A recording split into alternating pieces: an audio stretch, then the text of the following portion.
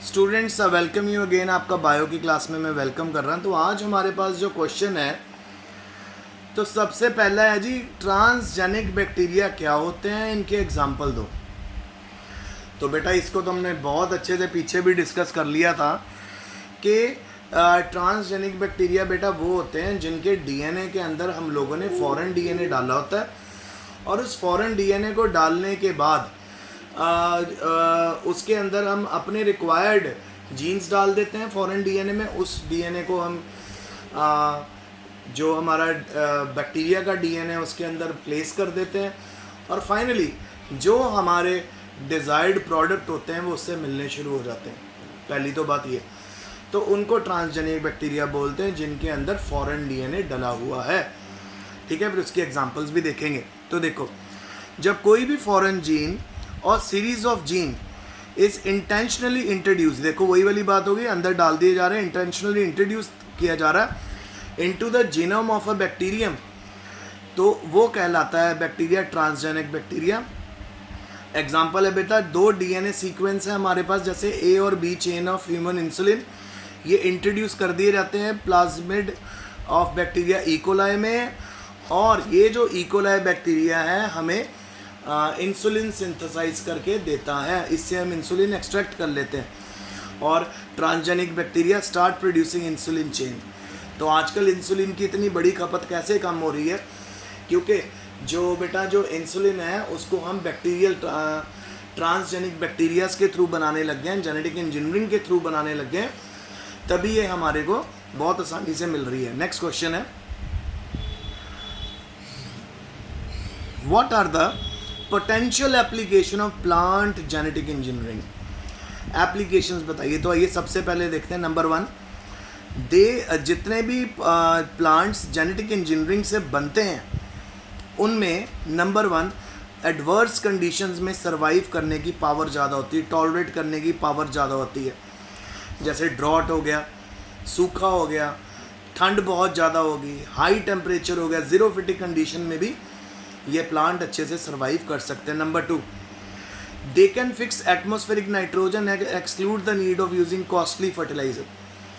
तो बेटा ये प्लांट जो हम जेनेटिक इंजीनियरिंग के थ्रू बनाते हैं, ये नाइट्रोजन फिक्सेशन भी कर सकते हैं, नाइट्रोजन फिक्स करके भी आसानी से यूज़ कर सकते हैं, क्योंकि आपको मैंने पहले भी बोला था जो हमारी नाइट्रोजन मिलती है हमें नेचर में, उसमें ट्रिपल बॉन्ड होता है, तो उस बॉन्ड्स को तोड़ना ज़रूरी है ताकि वो अमोनिया में कन्वर्ट हो और प्लांट उसको कंज्यूम करें। और आपको पता होना चाहिए कि अमाइनो एसिड में नाइट्रोजन एक बहुत बड़ा रोल प्ले करता है। एक अमाइनो एसिड किस किस का बना होता है? कार्बोक्सिलिक एसिड पार्ट होता है, अल्काइल पार्ट होता है, और साथ में अमीन ग्रुप होता है उसमें, तो वो होता ही होता है।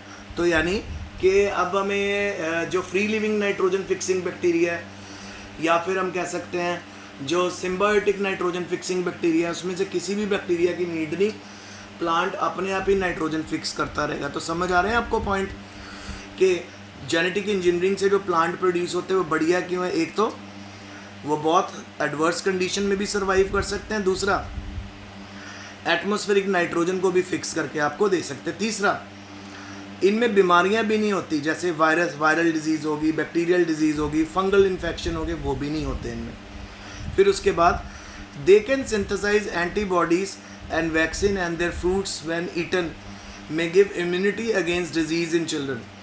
तो बेटा ये जो प्लांट होते हैं, जेनेटिकली इंजीनियर प्लांट होते हैं, उनकी एक और ख़ास बात है कि एंटीबॉडीज़ को भी सिंथेसाइज कर सकते हैं, वैक्सीन को भी सिंथेसाइज कर सकते हैं, इसलिए इनको एडिबल वैक्सीन भी बोलते हैं। तो जब जेनेटिकली इंजीनियर्ड फ्रूट को खाते हो तो आपकी कितनी कमियां पूरी हो जाती है। जैसे आपको मैंने पीछे राइस के बारे में बताया था कि जेनेटिकली इंजीनियर्ड राइस का फ़ायदा क्या है कि उसमें ढेर अमाउंट में विटामिन ए प्रोड्यूस होती है।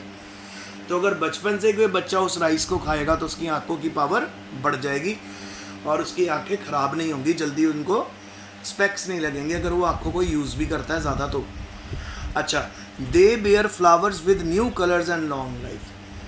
अलग अलग तरह के फ्लावर्स में आपको कलर्स देखने को मिलेंगे, और इन प्लांट्स की जो लाइफ होती है वो भी बहुत लंबी होती है।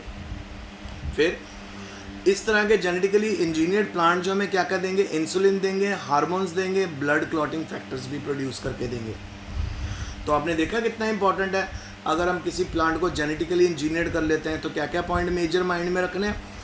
एक तो वो हाई स्ट्रेस और टेम्परेचर और टॉलरेट कर पाएंगे, नंबर 2 नाइट्रोजन फिक्स कर पाएंगे, नंबर 3 इनको बीमारियां नहीं लगेंगी, नंबर 4 एंटीबॉडीज़ बना पाएंगे, ठीक है, नंबर 5 वैक्सीन्स बना पाएंगे, नंबर 5 अलग अलग कलर के आपको फ्लावर देखने को मिलेंगे और लॉन्ग लाइफ हो जाएगी इन प्लांट की। और मेजर हार्मोन जैसे इंसुलिन हो गया, ब्लड क्लॉटिंग फैक्टर्स हो गए, वो भी हमें इन प्लांट से मिलने लग गए हैं। तो कितना ज़्यादा फ़ायदा हो रहा है। ओके जी, नेक्स्ट क्वेश्चन है, what are the applications of transgenic microorganism? Microorganisms की एप्लीकेशंस बताओ ट्रांसजेनिक। तो देखो जी, बैक्टीरियल और ईस्ट सेल्स जो होते हैं इनको हम इंजीनियर करते हैं नए जीन्स के साथ। तो इनके अंदर अगर हम बैक्टीरिया और ईस्ट में नए जीन डाल दें तो वो यूज़फुल प्रोटीन्स बनाना शुरू कर देते हैं, जैसे इंसुलिन बनाना शुरू कर देते हैं। तो आपको पता आजकल हर 4th या 3rd पर्सन को डायबिटीज़ है, ब्लड क्लॉटिंग, हाई बीपी है। तो इन सब के लिए जो इंसुलिन की रिक्वायरमेंट है हम बैक्टीरिया और ईस्ट से पूरी कर रहे हैं आगे। और इसी तरह ब्लड क्लॉटिंग फैक्टर जो हमें हीमोफीलिया में चाहिए होते हैं, कई ऐसे पेशेंट होते हैं जिनमें बेटा ब्लड क्लॉटिंग नहीं होती, हीमोफिलिक पेशेंट में, तो उनको भी ये ब्लड क्लॉटिंग फैक्टर प्रोवाइड करते हैं। फिर ग्रोथ हार्मोन जिसको ट्रीटमेंट के लिए चाहिए होते हैं, जैसे पिट्यूटरी डार्विनिज्म है, कई ऐसे ह्यूमन बींग्स होते हैं जो अच्छे से ग्रो नहीं कर पाते, जो बौने रह जाते हैं, तो उनको भी अगर वो इस तरह के ट्रांसजेनिक माइक्रोऑर्गेनिजम्स के थ्रू हम हार्मोन्स बना के उनको देंगे तो उनकी हाइट में भी इन्हेंसमेंट देखने को मिलेगी। फिर tissue plasminogen activator use for dissolving blood clots in heart attack patient. तो ये अलग अलग तरह के हमको टिश्यू प्लाज्मिनोजेनिक एक्टिवेटर्स भी बना के देते हैं, इस तरह के माइक्रोऑर्गेनिज्म, जेनेटिकली इंजीनियर्ड माइक्रोऑर्गेनिज्म, और ये ब्लड क्लॉट्स को डिसॉल्व करने में भी मदद करते हैं और हार्ट अटैक रोकते हैं, ठीक है। अच्छा, इंटरफेरॉन बना के देते हैं, और आपको पता है इंटरफेरॉन मैंने आपको पहले भी बताया था, स्पेशल प्रोटीन है जो मदद करती है किस में, अगर हमें फाइट करना है कैंसर को फाइट करने के लिए ये बहुत इंपॉर्टेंट एंटीबॉडी है हमारी बॉडी की। तो वो भी अब आजकल हमें बैक्टीरिया और ईस्ट से मिलने लगी है। इंटरल्यूकिन भी मिलने लग गए हैं, ठीक है। Tumour necrosis factors which is use for the treatment of certain kind of cancer. और इंटरल्यूकिन और ट्यूमर नेक्रोसिस फैक्टर क्या होता है, जो ट्यूमर्स को ख़त्म कर दें, ये भी हमें मिलने लग गए। फिर नेक्स्ट क्वेश्चन है, describe the formation of insulin of R DNA. Describe the formation of insulin of R DNA. तो आइए देखें technology. The production of insulin using recombinant DNA technology was getting, उसका मतलब है इंसुलिन हमने लेनी है assembled into a mature form, ठीक है। तो एक अमेरिकन कंपनी है बेटा एली लिली, और इन्होंने 2 तरह के डीएनए सीक्वेंस बनाए हैं जो ए और बी चेन बनाते हैं ह्यूमन इंसुलिन के, और इनको वो किसके अंदर बनाते हैं बेटा, एस्केरिचिया कोलाई बैक्टीरिया में बनाते हैं। और जब ये इंसुलिन की चेन्स बन जाती हैं, ठीक है, इनको कंबाइन करके डाइसल्फाइड बॉन्ड से हम अपने लिए यूज़ कर सकते हैं। तो आपको हैरानी होगी जान के कि इंडिया में भी जो लिली के नाम से आप कह सकते हो इंसुलिन आ रही है, इसके इंजेक्शन के ऊपर लिली कंपनी का नाम लिखा मिलेगा आपको। तो आप यहाँ से हिसाब लगा लो कि एक मल्टीनेशनल कंपनी है जो पूरे वर्ल्ड में इंसुलिन दे रही है। अब ये पूरे वर्ल्ड में इंसुलिन कैसे दे रही है, प्लाज्मिड के थ्रू। ये उन जीन्स को भेज देती है एस्केरिचिया कोलाई बैक्टीरिया में जिनके पास इंसुलिन प्रोड्यूस करने वाले जीन्स हैं, और वो जीन जब एस्केरिचिया कोलाई के जीन्स के साथ हम रिकम्बिनेंट डीएनए टेक्नोलॉजी के साथ फ्यूज़ कर देते हैं, और जब ये बैक्टीरिया का डीएनए रेप्लिकेट करता है तो वो इंसुलिन का डीएनए भी बनाना शुरू कर देता है, और इंसुलिन की 2 डिफरेंट चेन्स मिलती हैं, इनको हम कंबाइन करके इंसुलिन एक्सट्रैक्ट कर लेते हैं, और वो इंसुलिन जितने भी पेशेंट्स हैं उनको दी जाती हैं। और आज का आखिरी क्वेश्चन है मेरे पास, What are the salient features through which biotechnology can lead to higher food production? कौन कौन से फीचर्स हैं जिनके साथ बायोटेक्नोलॉजी बहुत हाई फूड प्रोडक्शन देगी? एक तो ये रैपिड क्लोनल प्रोडक्शन, क्लोन बहुत जल्दी बनते हैं। दूसरा सोमा क्लोनल वेरिएशन, इसमें वेरिएशंस हम अपने अकॉर्डिंगली डाल सकते हैं। ट्रांसजेनिक प्लांट प्रोडक्शन, ऐसे प्लांट जिनके अंदर हम लोगों ने फॉरेन डीएनए डाला हुआ है।